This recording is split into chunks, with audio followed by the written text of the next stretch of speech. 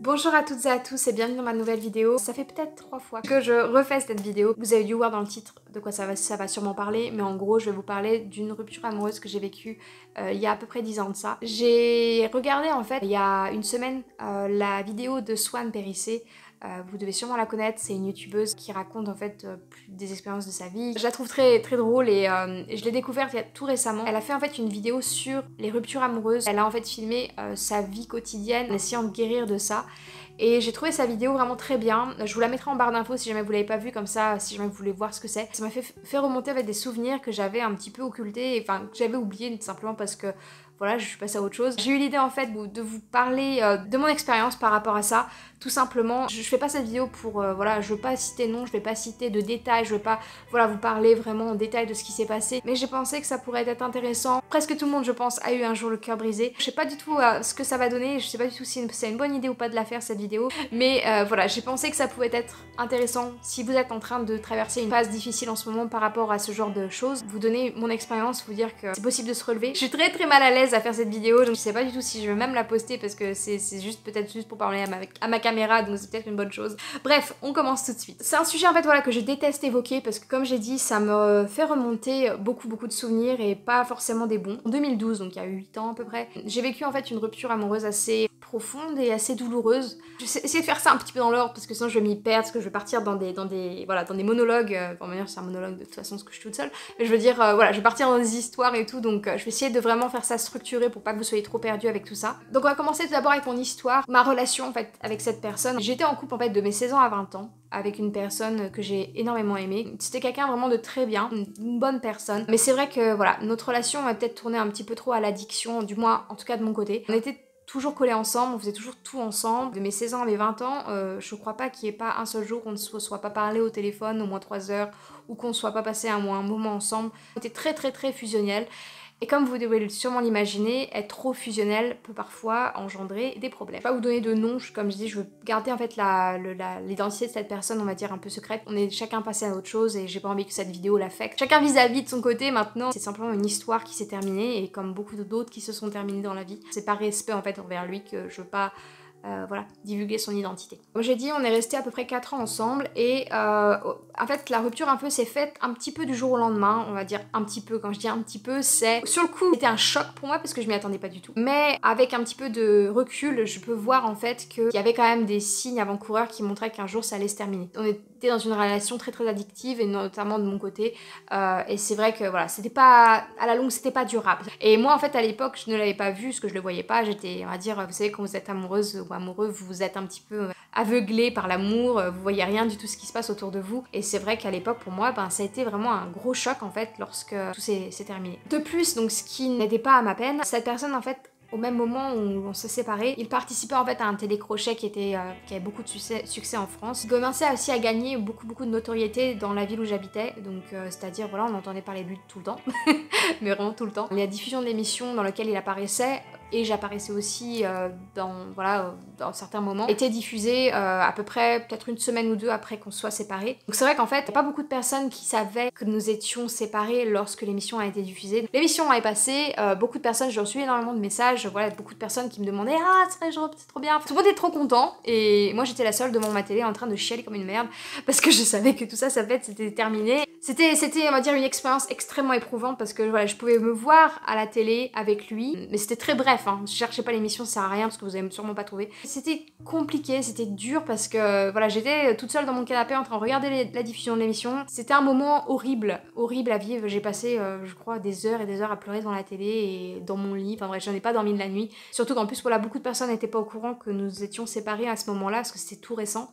Donc c'est vrai que voilà, les pauvres, les gens, ils pensaient bien faire, vous savez, envoyer un message, oh t'as vu à la télé, blablabla. Déjà que la douleur était immense, alors ajouter ça en plus de la douleur, c'était extrêmement dur. Et donc c'est à ce moment-là en fait que je suis partie un petit peu en couille. Je suis partie en couille en fait à partir du moment où on s'est séparés de toute façon, mais c'est vrai que là ça m'a fait vriller. Tout mon monde en fait s'écroulait autour de moi parce que j'étais tellement dans une relation on va dire fusionnelle. Comme je pense souvent, j'ai grandi avec cette personne. De mes 16 ans à mes 20 ans, c'est là qu'on est à peu près adolescent et j'ai vécu en fait mon adolescence avec lui tout le temps et c'est vrai que j'avais perdu en fait un repère qui était essentiel pour moi, pour mon bien-être. Et c'est vrai que tout mon monde s'était fondé autour de moi parce qu'il n'y avait en vrai que lui dans ma vie vraiment. J'avais des amis mais c'est vrai que il était prioritaire sur tout le monde. Même sur ma famille, il passait avant tout le monde. Et c'est vrai que je m'en rends compte maintenant, mais c'est vrai qu'à l'époque c'était quelque chose que je me rendais pas du tout compte. Mais maintenant que j'ai du recul et que s'il y a beaucoup d'années qui se sont passées, c'est vrai que je vois maintenant que c'était pas une relation, on va dire, durable parce que voilà, c'était trop, je vivais pas en dehors de lui et c'était pas bon. Mais c'est vrai qu'à l'époque, ben voilà, tout le monde s'était écroulé, j'avais 20 ans, je venais d'avoir 20 ans, j'étais perdue, je savais plus quoi faire. J'avais commencé à faire en fait une sorte d'adolescence à 20 ans. Parce que c'est vrai que je m'étais coupée de beaucoup de choses, que je sortais pas souvent avec mes amis. Et c'était moi en fait qui m'imposais ça, non pas que c'était lui qui ne voulait pas que je sorte avec qui que ce soit, mais c'est moi en fait qui voulais tout le temps passer du temps avec lui tout le temps. Et c'était pas bon, voilà, simplement c'était pas bon. Et c'est vrai que d'un coup j'ai eu on va dire, cette porte, cette liberté qui s'est ouverte. Et je sais pas encore en faire en fait, je savais pas du tout quoi faire, vers qui aller, que faire, et c'est vrai que voilà, je suis partie en cacahuète totale, j'ai fait des choses stupides, je me suis mis en danger, même parfois très grand, j'ai fait n'importe quoi en fait. J'ai vécu, on va dire, une adolescence en l'espace de 6 mois, 1 an, et voilà, c'était pas joli à voir du tout, et même maintenant quand j'y pense, je me dis mais quelle catastrophe quoi, j'ai fait vraiment de la merde. Je pense que pourquoi j'ai fait ça en fait, c'est simplement pour me sentir vivante. Il fallait que je fasse des choses extrêmes pour me sentir vivante, pour ressentir quelque chose, pour ne plus penser en fait, simplement ça en fait, c'était ne plus penser à ça, ne plus ressasser tout le temps la même chose dans ma tête. Et voilà, c'était pas facile du tout, mais c'est vrai que voilà, c'est pour ça que j'ai fait des choses, on va dire, complètement folles et complètement connes. Je vais pas vous rentrer dans les détails parce que c'est des choses que je préfère garder pour moi, mais voilà, pour vous dire en gros, je suis partie en quick total, j'ai fait tout et n'importe quoi, tout ce qu'il ne faut pas faire, je l'ai fait. Mais heureusement, j'étais aussi très entourée, j'ai eu beaucoup de chance pour ça. C'est vrai que j'ai ma famille, j'avais mes amis. Ma famille, mes amis ont été géniaux, mais c'est vrai qu'il y avait certaines relations que j'avais, certaines interactions avec des gens qui n'étaient pas saines du tout. Et voilà, qui ont aussi aidé aussi un peu à descendre un petit peu aux enfers. Mais par contre, c'est vrai que j'ai été très entourée par aussi des personnes admirables et adorables et que je remercierai jamais assez pour leur aide, ma famille, mes parents, tout le monde, toute ma famille était autour de moi, a fait bloc autour de moi pour que je me sente aimée, pour que je me sente choyée.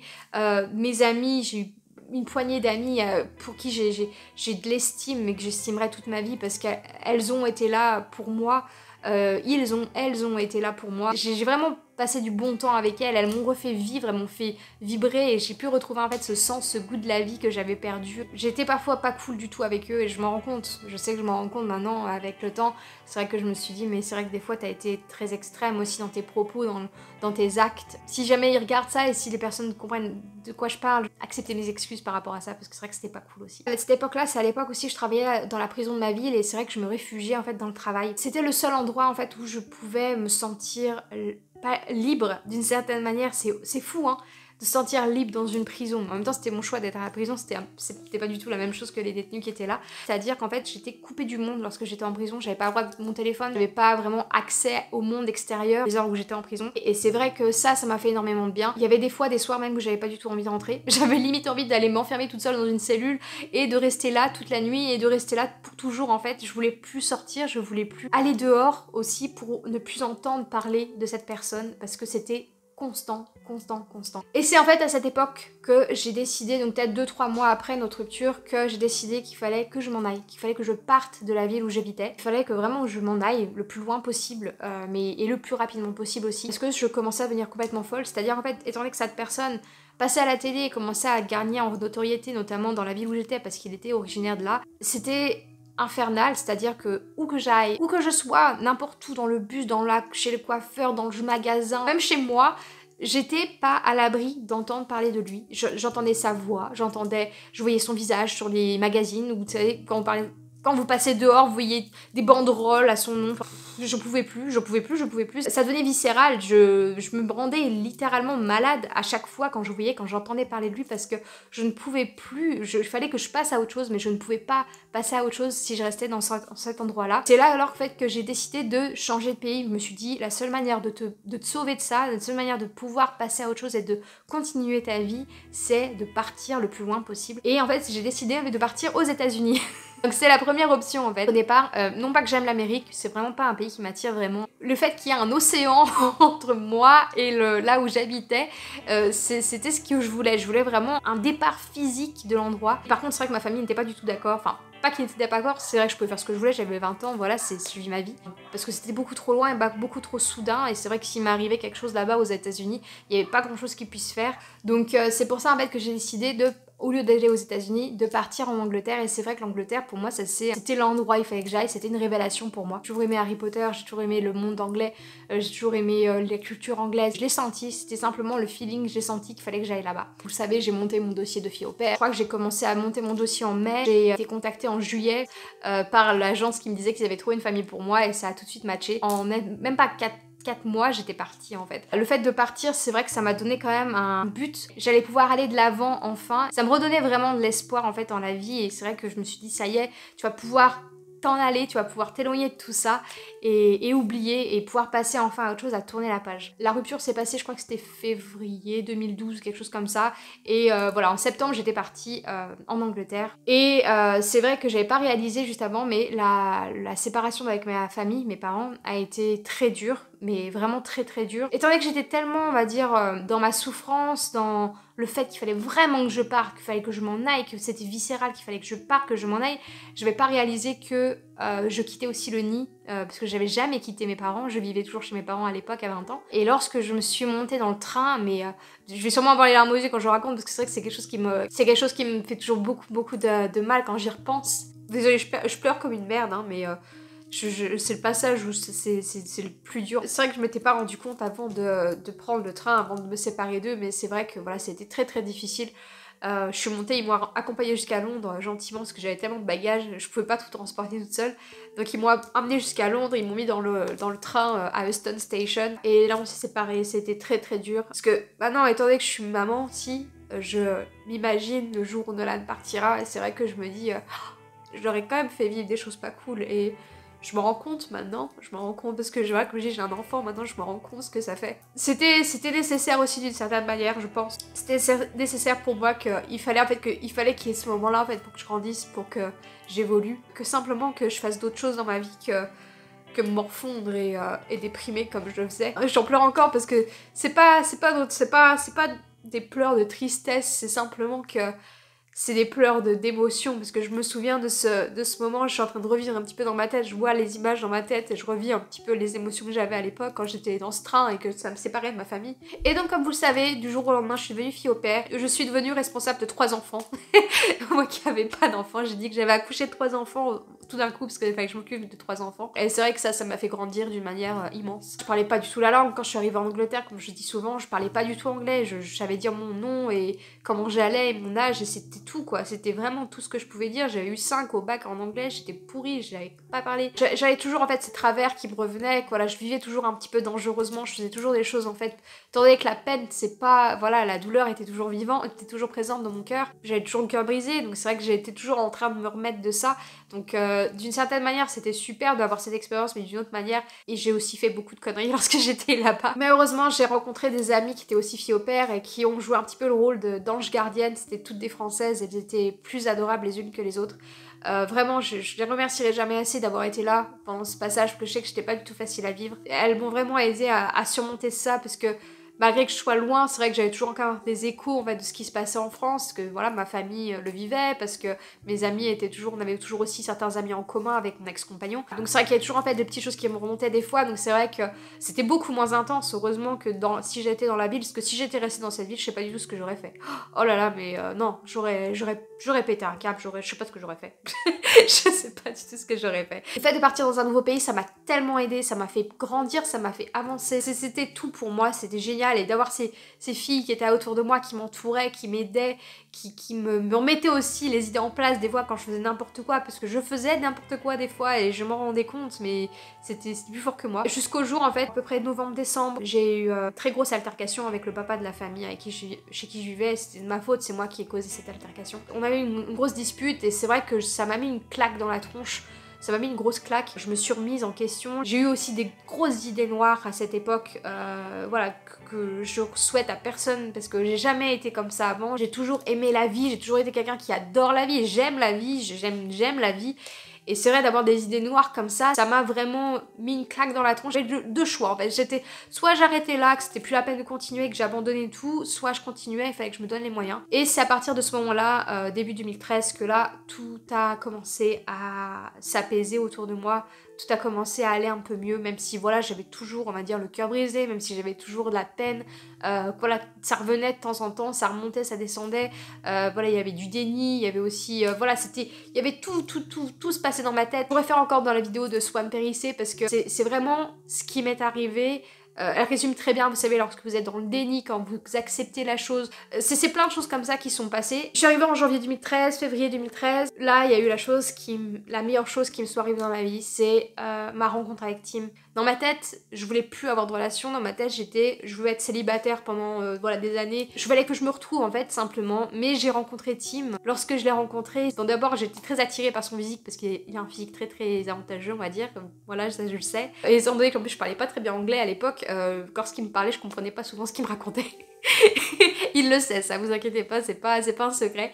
Je sais pas si je peux appeler ça un coup de foudre, mais c'était un coup de, comment dire, d'âme. Je sais pas comment on peut dire ça. J'ai senti, même sans pouvoir vraiment communiquer avec lui, même sans pouvoir vraiment, voilà, vraiment avoir des échanges, parce que je parlais pas bien l'anglais, j'ai vu qu'il était un homme doux, gentil, sincère, respectueux. Le fait en fait d'être avec lui, ça m'apaisait, il m'apaise toujours. Il avait des gestes envers moi qui montraient qu'il voulait prendre soin de moi. En fait, je passe mon temps à pleurer dans cette vidéo, je suis désolée. J'ai eu beaucoup de chance de le rencontrer. Je pense que d'une certaine manière, on avait tous les deux un petit peu besoin d'aide, chacun de notre côté, de l'aide de l'autre. Parce qu'en fait, c'est vrai que tous les deux, on a eu un passé assez similaire. Je vais pas vous dire ce que ça ne regarde que nous. Voilà, ce qu'on a vécu à l'école, ce qu'on a vécu dans nos vies amoureuses et tout ça, on se ressemble beaucoup. Et c'est vrai qu'en fait, étant donné qu'il est un tout petit peu plus âgé que moi, il a eu aussi des expériences, un peu plus d'expérience que moi, donc c'est vrai que ça m'a aidé aussi à grandir. Et comme vous le savez, j'ai décidé de rester vivre en Angleterre après même à peine une relation de 3 mois avec lui parce que je me sentais tellement bien avec lui en fait et il y avait rien qui m'attendait en France. Si je rentrais pour revivre la même chose que ce qui s'était passé un an auparavant,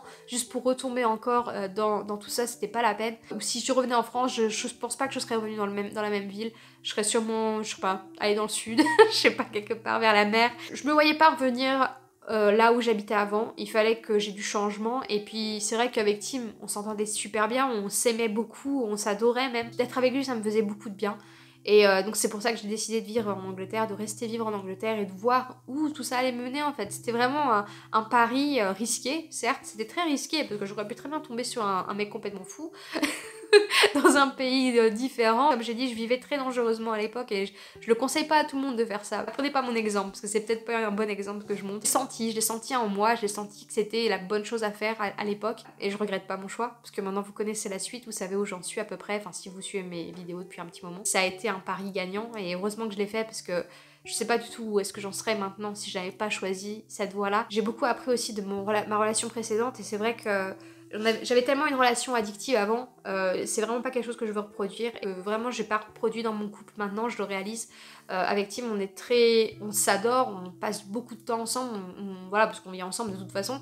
Mais je veux dire, on a aussi notre jardin secret, on a chacun nos hobbies. S'il y en a un qui veut sortir avec ses potes, il peut. S'il y en a un qui veut faire quelque chose, il peut. On est libre de faire ce qu'on veut. Et ça, c'est vrai que ça, c'est une relation enfin saine que je vis. Je vois, il y a certaines personnes que je côtoie dans la vie de tous les jours, on n'a pas la chance d'avoir une relation comme j'ai. Certains sont assez soumises à leur conjoint. C'est vrai que je me sens très chanceuse d'avoir trouvé une personne comme lui et d'être dans un couple vraiment ouvert. C'est vrai que cette relation que j'ai eue avant, précédemment, certes, ça a été une déchirure, ça a été horrible, mais nécessaire pour me faire grandir, mais nécessaire pour voilà, m'apprendre ce qu'est la vie, comment je devrais vivre, qu'est-ce qu'est le couple. C'était dur, mais on apprend chacun de nos erreurs. Et je dis pas que mon ancienne relation était une erreur, loin de là, j'ai vécu ça et je l'accepte et j'ai aucun regret parce que voilà, c'était simplement ce qu'il fallait que je vive à l'époque, c'était ce qu'il fallait pour me faire grandir. Je l'accepte maintenant parce que j'ai du recul, bien sûr, ça fait des années que ça s'est passé et je suis passée complètement à autre chose. Vous allez me dire, je suis passée à autre chose, je continue à pleurer parce que c'est des moments de ma vie qui ont été très difficiles et qui sont encore difficiles pour moi à ressasser parce que comme pour tout le monde, c'est pas facile de ressasser des choses qui sont pas faciles. Je suis bien maintenant, je suis bien où je suis. J'ai trouvé ma voie, j'ai trouvé ce que je veux faire, j'ai trouvé ma vie et je pense que oui, si vous êtes en train de vivre une rupture en ce moment, ça va être dur, ça va être très dur, vous allez faire des choses dont vous allez sûrement pas être fiers dans le futur, mais c'est peut-être nécessaire aussi. Ne soyez pas trop dur envers vous-même. Seule chose, faites attention de ne pas vous mettre en danger, faites attention de pas non plus essayer de trouver une autre relation. Moi j'ai été dans une autre relation 1 an après m'être séparée de mon ancien compagnon, mais c'est pas forcément ce qu'il vous faut aussi. Faut pas vous dire en regardant cette vidéo, oh faut vraiment que je retrouve quelqu'un et tout, non, pas du tout. Moi j'étais pas partie dans cette optique là, moi c'était, mon optique c'était je ne veux personne, je veux être toute seule, je veux qu'on me lâche la paix, je veux qu'on me foute la paix, je veux vivre ma vie. Ça m'est tombé dessus, l'amour ça tombe dessus, on sait pas comment, ça s'explique pas simplement. Si vous vivez en ce moment une relation, voilà, une rupture amoureuse, un cœur brisé, ce genre de choses, dites-vous que c'est temporaire, que ça va pas continuer comme ça toute votre vie. Vous allez sûrement avoir des moments où ça va remonter. Il y a des fois des nuits où je rêve de la vie d'avant, de quand j'étais en France, lorsque j'étais là, parce que c'est comme j'ai dit, c'est une grosse partie de mon adolescence, c'est une grosse partie de mon passé. Et oui, ça revient dans ma tête, des fois j'ai des pensées, mais ça va pas me rendre triste. Au contraire, ça va me rendre heureuse, parce que je me dis, t'as vécu des choses sympas, t'as vécu des bons moments, des beaux moments, et jeune, donc c'est vrai que voilà, d'une certaine manière, c'est pas du tout un regret que j'ai, loin de là. Mais voilà, je suis passée à autre chose maintenant et vous allez aussi passer à autre chose. Ne pensez pas qu'il y a que cette personne dans le monde, il y a énormément de personnes, il y a beaucoup de personnes qui sont géniaux. Faut faire très attention aussi de pas tomber dans les bras de n'importe qui aussi tout d'un coup parce que c'est là que ça peut être dangereux aussi. Donc si je peux vous conseiller sur ça, faites attention. J'aurais pu tomber, enfin je suis tombée aussi sur des personnes malsaines entre temps. Je n'étais pas en couple, je ne suis pas mise en couple avec ces personnes, loin de là. Mais j'avais été, on va dire, mal accompagnée autour de moi. J'aurais pu faire de mauvais choix et j'aurais pu me retrouver dans une situation dangereuse.